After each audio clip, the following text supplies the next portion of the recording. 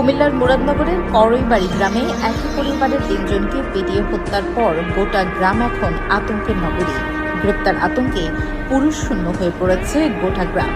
তাই এলাকাবাসীর গণপিটুনিতে নিহত মাদক সম্রাজ্ঞী রুকসানা আক্তার রুবি ও তার সন্তানদের দাফনের জন্য কবর খোঁড়ার জন্য মানুষ পাওয়া যাচ্ছে না। সেখানে বাগুড়াবাজার থানা পুলিশের সহযোগিতায় গ্রাম পুলিশ দিয়ে খোঁড়া হচ্ছে কবর।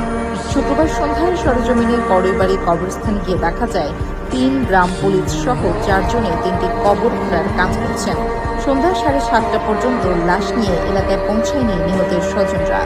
পুলিশ সূত্রে জানা যায়, ময়না তদন্ত শেষ হলেও শুক্রবার দুপুর নাগাদ নিহতদের লাশ হাতে যায়নি কেউ। বিকেলের দিকে নিহত রুবির মেয়ের জামাই মনির হোসেন লাশ গ্রহণ করেন বলে জানা যায়। বাংলাবাজার থানার ভারপ্রাপ্ত কর্মকর্তা ওসি মাহফুজুর রহমান বলেন, নিহতদের স্বজনদের সঙ্গে কথা হচ্ছে। তারা শুক্রবার রাতের মধ্যেই মামলা করবে বলে জানিয়েছেন। এই ঘটনায় আসামিদের গ্রেপ্তারে পুলিশের অভিযান চলছে। ৩ জুলাই সকাল 9টায় মুরাদনগর উপজেলার বাংলাবাজার থানাধীন আকুপুর ইউনিয়নের করইবাড়ি গ্রামের অনেকেই এলাকা ছেড়ে পালিয়ে যান। অধিকাংশ বাড়িঘরে তালা ঝুলছে। এখন গ্রামের রাস্তা ফাঁকা, পুলিশ সদস্যদের কাউকেই দেখা যাচ্ছে না।